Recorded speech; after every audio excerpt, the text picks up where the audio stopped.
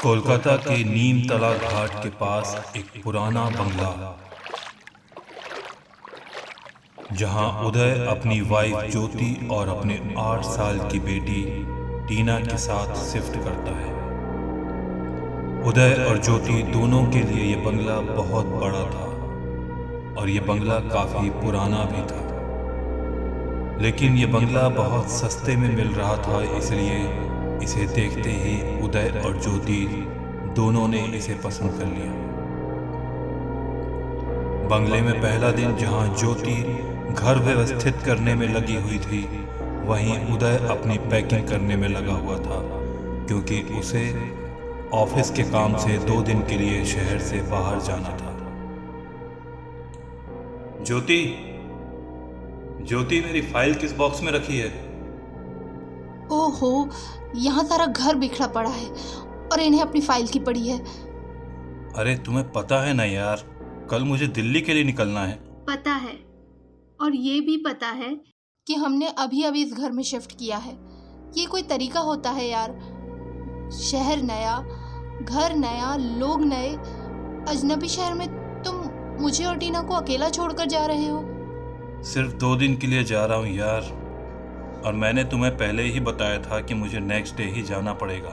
उदय, तुम्हें इस घर में कुछ अजीब सी स्मेल नहीं आ रही है? जैसे कुछ जल रहा हो। हाँ यार, घर काफी समय से बंद पड़ा हुआ था, शायद इसलिए। एक काम करते हैं, मैं लौट कर आता हूँ, फिर हम घर में पूजा करवा लेंगे, ठीक है? ठीक है। तभी उनकी बेटी टीना वहां आती है। उसके हाथ में एक गंदा सा टेडी बियर था। पापा पापा, देखो मुझे क्या मिला, ये मैं रख लूं? हाँ रख लो बेटा, रख लो। अब ये तुम्हें कहाँ से मिल गया? मेरे कमरे की अलमारी में था। छी, कितना गंदा है ये, छोड़ो से। मम्मी, लेकिन मुझे ये अच्छा लग रहा है। अच्छा ठीक है, मैं पहले इसे धो देती हूँ, फिर इसे रख लेना। अभी दो इसे। और उदय प्लीज पूरे घर में रूम फ्रेशनर स्प्रे कर दो, इतनी गंदी स्मेल आ रही है ना। अब ये रूम फ्रेशनर कहाँ रखा है यार? अच्छा, एक काम करो, वो भगवान वाले बॉक्स में अगरबत्ती है, ऊपर ही रखी है, कम से कम एक अगरबत्ती ही जला दो। ठीक है, अब चलो तुम खाना लगाओ। रात को डिनर के बाद जब अभय और टीना अपने अपने कमरे में सोने चले गए, वहीं ज्योति किचन साफ करके अपने कमरे में जा ही रही थी कि तभी घर की लाइट चली जाती है।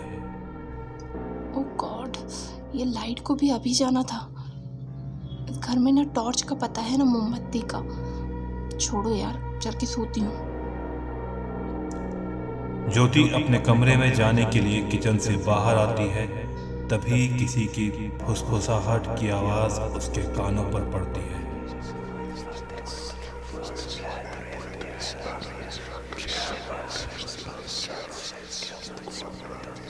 अंधेरे में अपने घर के अंदर किसी और की आवाज सुनकर वो सहम जाती है, लेकिन फिर हिम्मत करके वो बोलती है, कौन है? कौन है वहां? ज्योति पलटकर वापस किचन में जाती है और माचिस जलाकर देखने की कोशिश करती है कि ये आवाज कहां से आ रही है, लेकिन उसे कोई दिखाई नहीं देता। ज्योति एक दूसरी माचिस जलाती है और फिर से देखने की कोशिश करती है, तभी उसे दूसरे कमरे में एक साया नजर आता है। डर के कारण ज्योति के हाथ से माचिस गिर जाती है और कमरे में अंधेरा फैल जाता है। कौन है वहां? ज्योति की आवाज सुनकर उदय कमरे से बाहर आता है। ज्योति, क्या हुआ? क्यों चिल्ला रही है यार? उदय अपने घर में कोई है। मैंने अभी उसे देखा, वो उस कमरे में। रुको, मैं देखता हूँ, तुम यहीं रुको। उदय पूरा घर चेक करता है लेकिन उसे वहां कोई भी दिखाई नहीं देता। ज्योति, कोई नहीं है यहाँ पर, तुम्हें वहम हुआ होगा। चलो यार, अब सोने चलो जल्दी प्लीज, मुझे कल निकलना है सुबह। ज्योति को भी लगता है कि शायद ये उसका वहम था, लेकिन वो फुसफुसाहट की आवाज ज्योति के कानों में अभी भी गूंज रही थी।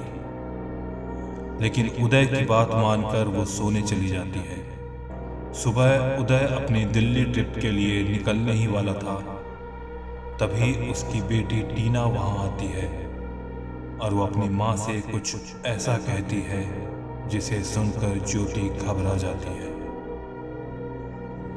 मम्मा मम्मा, रात को एक आंटी मेरे कमरे में आई थी। वो कह रही थी ये घर उनका है। क्या? कौन आई थी? एक बहुत ही गंदी सी आंटी थी। उनके पास से बहुत गंदी स्मेल आ रही थी। टीना की बात सुनकर ज्योति घबरा जाती है, लेकिन वहीं उदय अपने काम में बिजी था और वो टीना की बात पर ध्यान नहीं देता। उदय, उदय, सुना तुमने? सपना देखा होगा उसने कोई। अच्छा बेटा, ठीक है, अगर फिर से वो आंटी आए ना तो उनसे कह देना कि ये घर तुम्हारे पापा का है, ठीक है? ठीक है पापा, लेकिन ना मुझे उन आंटी से बहुत डर लग रहा था। बेटा, तुम अपने कमरे में जाओ, पापा को अपनी तैयारी करनी है ना। ठीक है मम्मा। उदय, ये टीना क्या कह रही थी? अरे बोला ना यार, कोई सपना देखा होगा उसने। बच्ची है वो, वैसे भी नई जगह है, एडजस्ट होने में थोड़ा टाइम तो लगता है ना। और अगर ये सपना नहीं सच हुआ तो? ये घटना सिर्फ टीना का एक सपना मानकर उदय दिल्ली चला जाता है और ज्योति घर का सामान लेने के लिए टीना के साथ मार्केट चली जाती है। ज्योति को लौटते तक अंधेरा हो चुका था।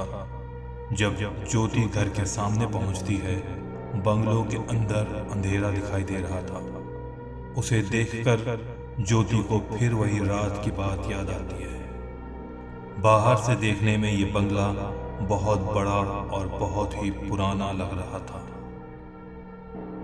ज्योति अंदर जाती है और लाइट चालू करती है, लेकिन लाइट नहीं होने के कारण ज्योति बैग से मोबाइल निकालकर टॉर्च चालू करती है।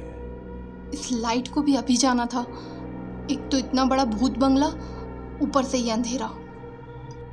टीना, मम्मी का हाथ पकड़ के रखना, हम मोमबत्ती लेकर आते हैं और मोमबत्ती जलाएंगे, फिर घर में उजाला हो जाएगा। मम्मा, घर में कितनी गंदी स्मेल आ रही है ना। हाँ बेटा, हम अगरबत्ती भी लगा देते हैं जिससे घर में खुशबू आ जाएगी। ओहो, कहाँ रखी थी मैंने मोमबत्ती? ज्योति बॉक्स में मोमबत्ती ढूंढ रही थी, तभी टीना उसे धीरे से कहती है, मम्मा, आपके पीछे कोई है।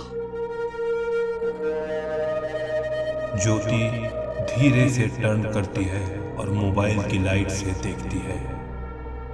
उसके पीछे उसे एक औरत खड़ी हुई दिखाई देती है, जिसे देखकर उसके हाथ से मोबाइल छूट जाता है और कमरे में एक चीख के बाद अंधेरा फैल जाता है। ज्योति किसी तरह अपने आप को संभालती है और मोबाइल उठाकर फिर से देखने की कोशिश करती है, लेकिन तब उसे वहां कोई भी दिखाई नहीं देता। लेकिन कुछ जलने की गंध पूरे कमरे में भर चुकी थी। ज्योति टीना को गोद में उठाती है और सीधे घर से बाहर निकल जाती है और उदय को फोन लगाती है। हेलो हेलो हेलो उदय, उदय, इस घर में सच में कुछ गड़बड़ है। मैंने अभी घर में एक औरत को देखा। क्या बकवास कर रही हो यार, तुम भी टीना की तरह कहानी बनाने लगे। मैं कहानी नहीं बना रही हूँ उदय, मैंने सच में उसे अपनी आंखों से देखा है और वो कोई नॉर्मल इंसान नहीं लग रही थी। उसका चेहरा जला हुआ था। मुझे लगता है इस घर में कोई भूत है। अरे ये भूत कुछ नहीं होता है।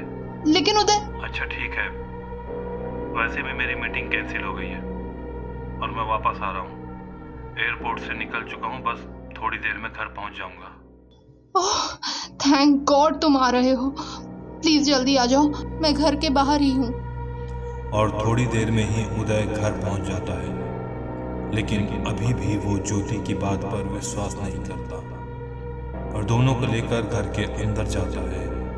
उदय पूरे घर में ढूंढता है, लेकिन उसे अभी भी कोई औरत दिखाई नहीं देती।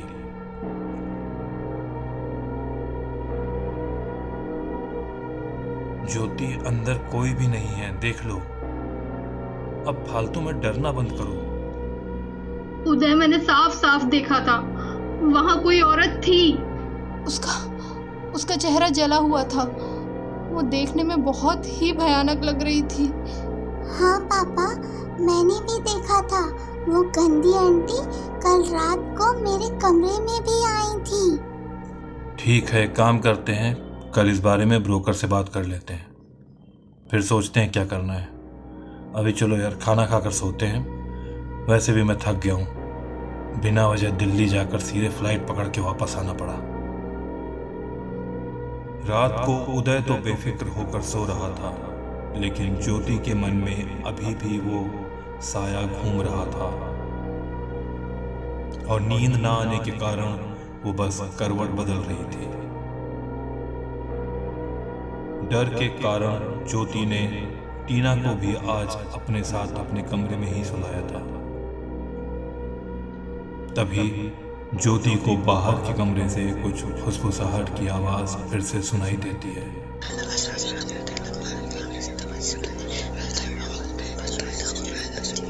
और वो घबरा कर उड़ जाती है। वो देखती है कि टीना धीरे धीरे दरवाजे की तरफ बढ़ रही है। ऐसा लग रहा था जैसे टीना नींद में चल रही है। ज्योति तुरंत उठकर टीना को अपनी गोद में उठा लेती है। क्या हुआ टीना, कहाँ जा रही हो तुम? मम्मा, वो गंदी आंटी मेरा टैडी ले गई और मुझे बाहर बुला रही है वो। टीना की बात सुनकर ज्योति बुरी तरह डर जाती है और कमरे में चारों तरफ नजर दौड़ाती है। टीना का टैडी जो ज्योति ने खुद उसके साथ बेड में रखा था, वहां उसे वो दिखाई नहीं देता। लेकिन तुमने तो टैडी अपने साथ रखा था ना? हाँ, लेकिन वो गंदी आंटी आई और मुझसे छीन के ले गई। क्या वो आई थी? उदय प्लीज उठो जल्दी, प्लीज। हाँ, क्या हुआ? ध्यान से सुनो, तुम्हें कुछ सुनाई दे रहा है? बाहर के कमरे से फुसफुसाहट की आवाज और तेज होती जा रही है। ये आवाज सुनकर उदय भी घबरा जाता है।